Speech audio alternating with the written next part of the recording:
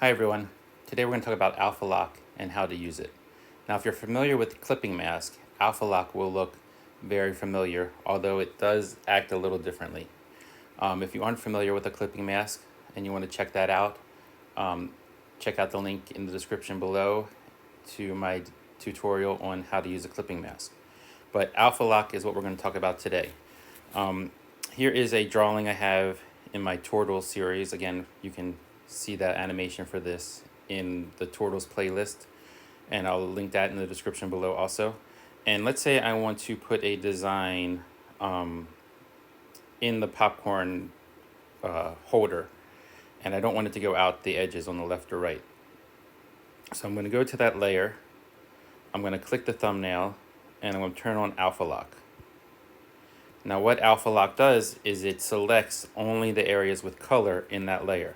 So if I try to draw on the outside, right now I'm trying to draw to the right on the white side of the character, and nothing is happening because that is not part of the Alpha Lock. If I turn it back to Alpha Lock being off, and I just unchecked it, now you can see I can draw out here.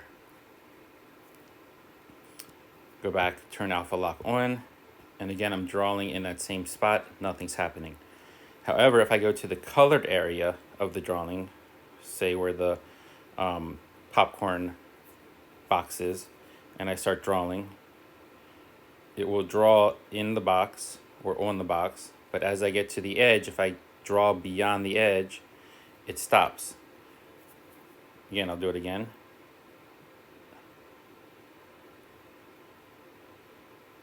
And again, it stops. So now I'm going to color here. I'm coloring pretty fast, but you can see it's only going to that edge of the Alpha Lock, or of where the color is.